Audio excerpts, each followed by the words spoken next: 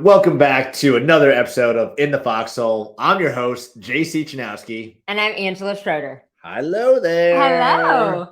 So, got another episode of just Angela and we've got a lot of fun stuff to talk to you about. Hopefully, everybody's been enjoying In the Foxhole, getting a lot of great nuggets from our speakers. The notes that you've been taking and just the feedback and the input, we're sitting there resonating with the speakers as they're talking, and some of it hits home for something we might be dealing with like right now or something that we just dealt with recently. But it's just so powerful and impactful to see that everybody goes through the same problems. And it's the main reason why we wanted to do In the Foxhole, because we wanted everybody to know that you're not alone. And if you're going through something, there's a good chance that somebody else is going through with you at the same time or just gone through that. So being able to find that tribe and communicate with people to help you effectively get through that is so important. Absolutely. And I felt like our guests, maybe it's been the whole time, but even more recently, like you said, just resonate that we might be going through the same things, and what they say gives us chills, or I write it down and put it on the board myself, because there's so many of the things that, but they just say it in a different way that is a great reminder. And we all go through, we see things in people's Facebook feeds, and I'm sure you see them in ours, that look like the highlight reel, that you only see the top of the world moments when it looks like it is all going well. But there are so many times in business that you are hitting those foxhole moments. And if you aren't, several of our guests have mentioned, then you're not playing big enough. So, like you said, it's such a great reminder that hopefully you feel like you're not in this alone, that people do that. And, if you're going through those moments, that means that you're doing it right. Yeah. And it's been, business owners at all different levels, 6 figures, 7 figures, 8 figures. And when we talk to the guests prior to going live, we, go through what we want to talk about. And like, I'm going through like 2 right now. And it's just refreshing to see that we're not alone. Absolutely. And up to this point, In the Foxhole is newer. So the people that we have had on as our guests, most of them, we've had some newer ones, but most of them are in our tribe. We're lucky enough to have them as part of our lives, people that are mentors, friends in our tribe. And we still learn so much from them, learn from their stories, resonate with different parts of what they're saying. Yeah. And we thought we knew a lot about them, but then as we talked with them, like even Jonathan, like learned so much more about Jonathan in the 45 minutes we talked to him. I was like, oh my God, like I've known you for almost 2 years now, and I had no clue you did that. So we are having lots of fun listening to the stories. Even if it's just us on the episode, I think we'd be gathering a lot of just nuggets and knowledge and energy soaking into our lives. So we hope that you're enjoying it as well. And share if there are takeaways or things that have really resonated with you. We would love to hear them. And I know that our guests would too. They take time out, and all of the people we have on really, I know, have it as part of their mission and vision in their life to impact and to give back and to help fellow business owners. So not only would we like to hear what your nuggets are, but I know it would mean a lot to them as well. Yeah, the greatest compliment that we can get from you, the listeners, is just that comment or feedback saying, hey, I heard that episode and like it really hit home hard, and that was able to help me get through something. So please, we want to know what your thoughts are. And the reason that we ask you all the time to like, share, subscribe, all the things, is to get this out to more people. It's always about, it's not about us and us looking cool, but to get that message out to more people so that there are more business owners who know that they're not alone in those moments in the trenches. And if you don't have a tribe, if you're sitting there listening to this, like, wow, it looks like you guys are, so blessed to have so many people in your tribe. And we are, but a lot of it is newer in our lives in recent years, definitely for me, just in the last year. And there are opportunities out there for you as well. So if you feel like you don't have a tribe, connect with us, get in our tribe. Absolutely. And that was part of my focus over the last year, was to be more intentional in building and connecting with that tribe. For because forever I'd go to the shows, get out there, listen to what I wanted to hear, talk to some speakers, but I wasn't intentional. And now for the last while, it's intentionality when I go to those shows. I want to connect with this person. I want to talk to this person offline. What can I get back from that? Or even be able to provide value for others out there that might have that same fear or that same mindset of like, well, why would somebody that's doing 8 figures want to talk to me?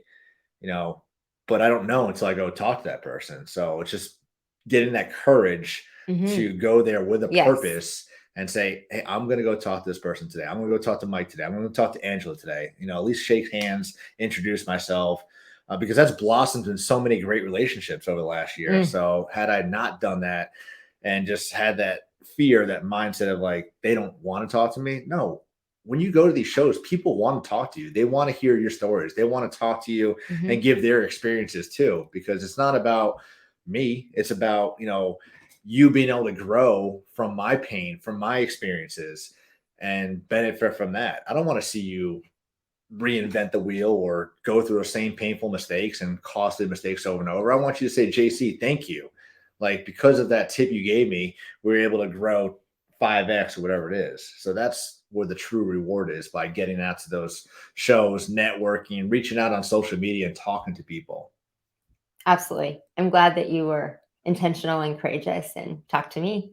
Jesus. Oh, but seriously, I mean, you may have watched our journey along that, and my whole life and business, obviously life, but business and trajectory changed by one event and the connection that I made, and then the connections and connections that followed that, that it really is all about. There's so many sayings out there in Touche of, your network is your net worth, and it's not what you know, it's who you know, but it's true.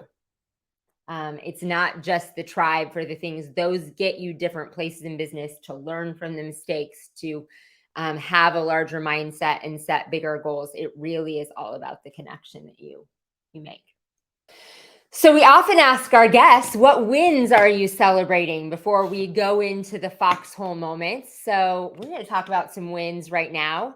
We have had a great opportunity working together.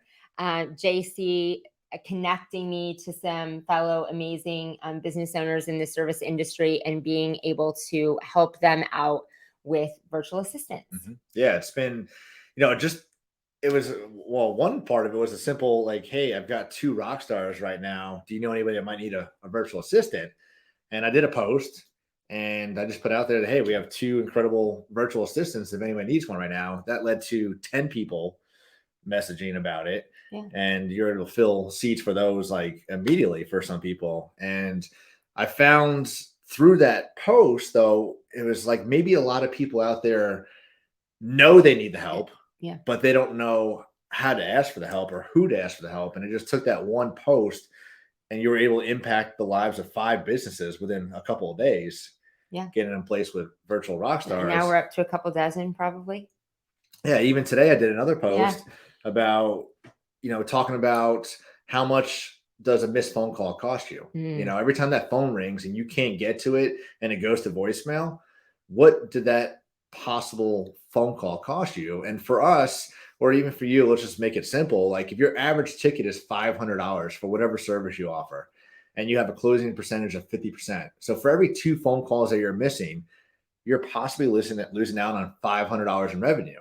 Whether it's you're on a call with another customer, you're on a roof taking care of a job, whatever it may be, and it goes to voicemail. I know for myself, when I call a business and I'm looking for a service, and if they don't answer, I'm not going to wait for a phone call back, because if they don't have, enough bound or checks and balances in place for, maybe another person to answer, a call center operator, whatever it may be, most of the times they're not calling me back anyway. And that's why it just gets frustrating. Then I'll just go to the next person on Google. And we recently did the same thing, because we have 2 incredible rock stars in our office here locally. But now that it's Christmas light season, we know that the volume increases, and we do miss calls. And we miss a lot of calls on the weekends, where we try and call them back on a Monday or Tuesday and we can't get them back. So not only do we spend time with that customer acquisition cost, for Google leads or Facebook, whatever it may be. Then our office staff is spending time during the workday trying to call them back. So money wasted on the lead, money wasted time getting back to them, and we can't get a hold of them. So it made sense to reach out to you, get Ronnie on board, and now we have somebody that works Monday, Tuesday, Monday, Tuesday, Friday, Saturday, Sunday. And that closed that gap of us missing calls after hours. It eliminated missing any phone calls on the weekend, which was a huge impact for our company, because when they would come into the office on Monday, it was just complete follow up. So now she's able to proactively answer phone calls, reach out to customers that send out emails, and do outbound calls for follow ups. And I know already we've seen a direct impact by hiring just that one person, that it's going to have not only on our office staff, but our closing percentage. Yeah. So, and a lot of people, I think when you made the post, you did, said some of the different things that they do. And I think a lot of people know they need help, but they didn't know everything that a virtual assistant could do. They were a little leery of like, I don't even know what to give them. I don't have something full-time. And just ask the questions and be informed. It does look different for every person. So we would love to talk to you. That's not a sales pitch. It's another of like, we love to help you understand and help you figure out what is right for your business, whether that's somebody in office on the ground, or it's a virtual assistant, or we can reshuffle and help you do what you do better. Just how you can operate your business more efficiently. And a lot of times people don't know what they don't know. And they're scared to bring somebody on because they feel overwhelmed. And we've both been in this in places of our business. Like, I can't offload it to somebody else. I don't even have the processes for myself. I don't know what the processes are that I'm supposed to do. I can't be vulnerable and share with someone that I don't know the processes. So how am I supposed to share them with a team member? And we help you with all of that, because we help so many businesses. And that's the part that I love to do most. And I have a hard time offloading to anyone. Like, I want to work directly with all the business owners and get in there with them and help. Like, how do we make your processes more efficient, work best for you, knowing that it's different for every person? And then how does that work best in your business? Yeah. And, we talk consistently about getting our time back, buying our time back. Time is the most valuable thing we have. But what about our team's time? And, for my office manager, Liz, like, if she's sitting there constantly calling back people, following up with them and doing those things and not focus on the other things that she needs to be focusing on, how much are we losing in revenue because of that time that she's losing on? So by hiring Ronnie to be able to free up that time, especially on a Monday, because everything's handled over the weekend. Now Liz, when she comes in on Monday, and then Aubrey comes in, like, they can focus on the high level task. Ronnie has got the phones answered and the follow up's already done, so she can focus on like getting the team scheduled out and all the other things, moving things around, juggling that kind of thing. So again, we want to buy our time back, but what about our team? So now that I freed up so much time for them in the office, they can do other things that they need to be focusing on. Yeah, and feel that they're more working in their strengths and the things that feed their energy as well. That's a good point. Then they see that, hey, like, JC does care. I do care, and I want to do everything I can to tell. Like, I tell them, like, what can we do to alleviate some of the stress from you? What can we do to free up some of your time? What are some tasks that you shouldn't be doing right now? We have 4 virtual assistants now: video editing, integrator, administrative, social media, and inbound, outbound calls. That's multiple tasks on some of the same people, but just one of those can take off one task here, one task there, and do it, so they can focus on other things. Yeah, that is a great point. And then a lot of people, there's so many things that you're not doing in your business. When people think, oh, I don't know, I don't have I don't have enough for a whole nother team member. But chances are there are so many things that you are not doing in your business that you could be doing if there was that person in place, of different levels of follow-up with current clients and prospects. We talk a lot about there are probably so many holes in the boat. How can we help you fill all the holes in the boat.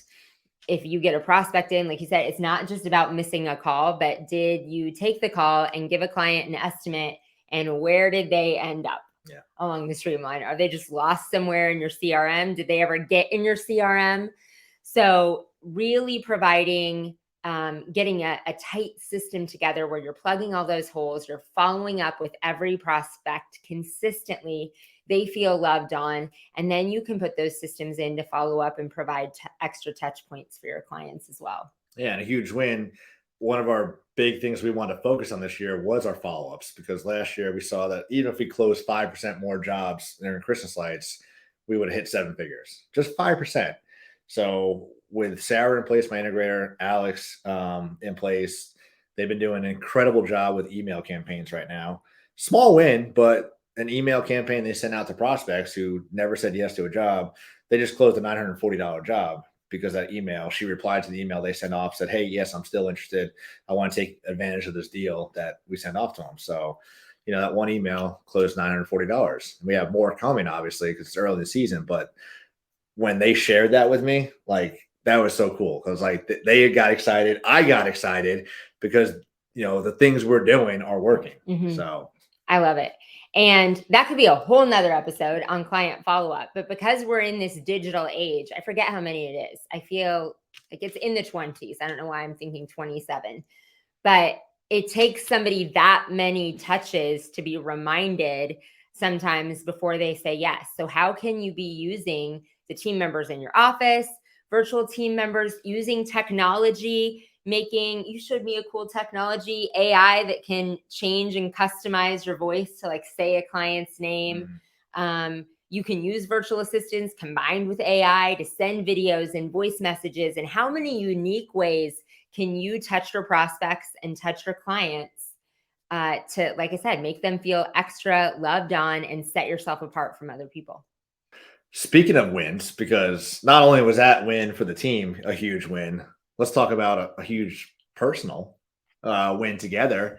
And we just had Hildy and Thad in town, which is Angela's kids from, I like to say Oklahoma, but it's really Omaha, Nebraska. I surprised Angela with both her kids flying in, and that was hard to keep a surprise from you, but it worked.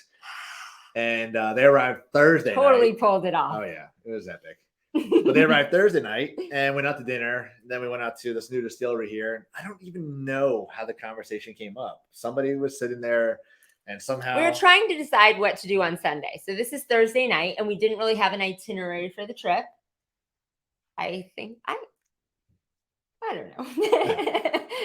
But anyway, somebody brought up skydiving. Now, you and I have briefly talked about it. Added it to, a long list of bucket list things. Yeah, but it was nothing like, hey, we want to do someday. Nothing on our radar for this year. No. Not even my radar for the next 5 years, probably. And I talked about it with my kids. My son kind of wanted to do it for his 18th birthday. We were going to wait for Hildy, and then, I don't know, things have just happened. Anyway, skydiving, looked it up. Thursday night, 9:00. Friday at 10:00, we have skydiving reservation for Sunday. Yeah, I just booked it. I thought they were all serious. And yeah, Hildy and I were a little skeptical. We had a long hour drive to reconsider, but it was incredible. Like, it really was incredible. The whole experience was fun. I don't know if anybody, skydived before, but just everything I thought about it was not true. Like, the whole fear getting in there, the training, I thought it was gonna be a long evolution of like 2 hours of classroom and then blah, blah, blah.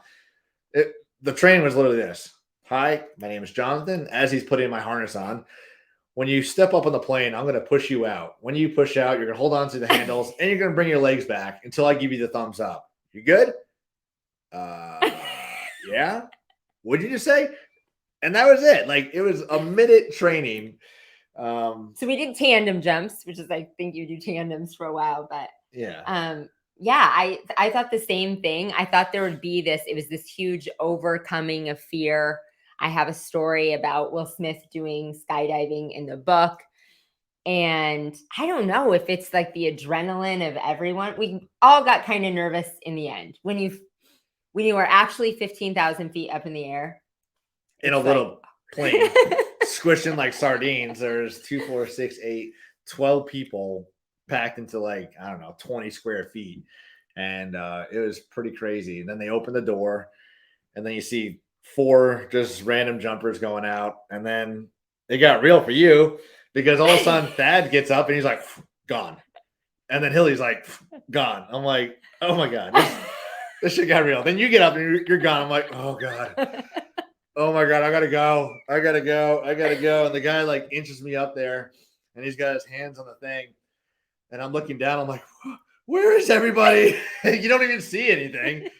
And then he doesn't even say 1, 2, 3. He just, and it's like, and free fall so much more intense than I thought. Free fall's like a minute long and you're just falling through the yeah, I also remember my face going, and I'm like, holy cow, this is awesome. So much more exhilarating than I thought. So much better than I don't know how it wasn't scary at the time, like falling to the earth. Yeah.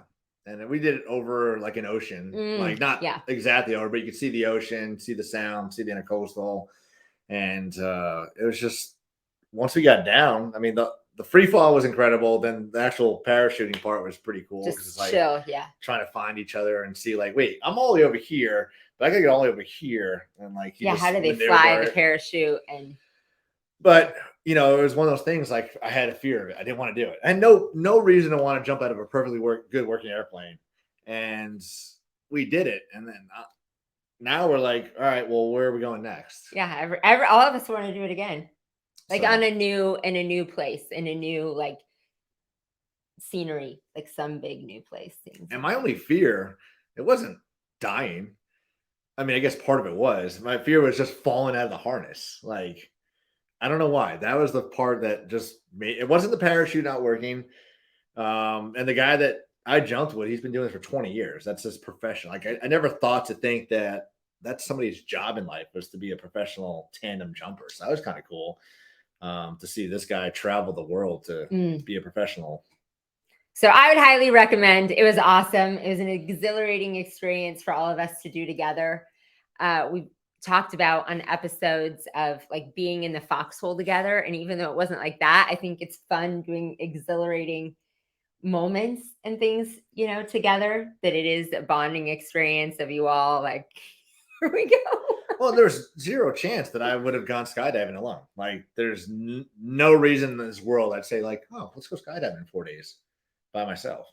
So the fact that we're able there to encourage each other to do it and not be the one that backed out because I didn't want to be that guy. Although I was the last one on the plane for a reason. They said when you got up there, they're pretty much shoving you. Yeah, it's a one-way ticket, and you're not coming back down in the plane. You don't get a ride back down in the plane. That's not included. But so fun, to take that big leap and risk. And it is another example of, if you follow us, you know, like we are on a lot of great adventures all the time. And even though I did, and as entrepreneurs was always a risk taker and going after the next opportunity and things like that, we have done so much more of not someday, right? The skydiving was on our list for someday. It was on my kids' list of someday. And how many things are on that list that I'm going to do? One day I'm going to do those instead of like right now. Why aren't you doing the things like doing big things? Yeah, just like in business. Like we talked about this a couple of weeks ago. I think after the huge is it one day or day one? So we made Sunday day one. Day one. Get it done. And then the other thing about doing those big things and the exhilaration of it is, you know, it's getting uncomfortable. We talk all the time about, you have a great saying you heard somewhere. Yeah, there's no comfort in your growth zone and no growth in your comfort zone.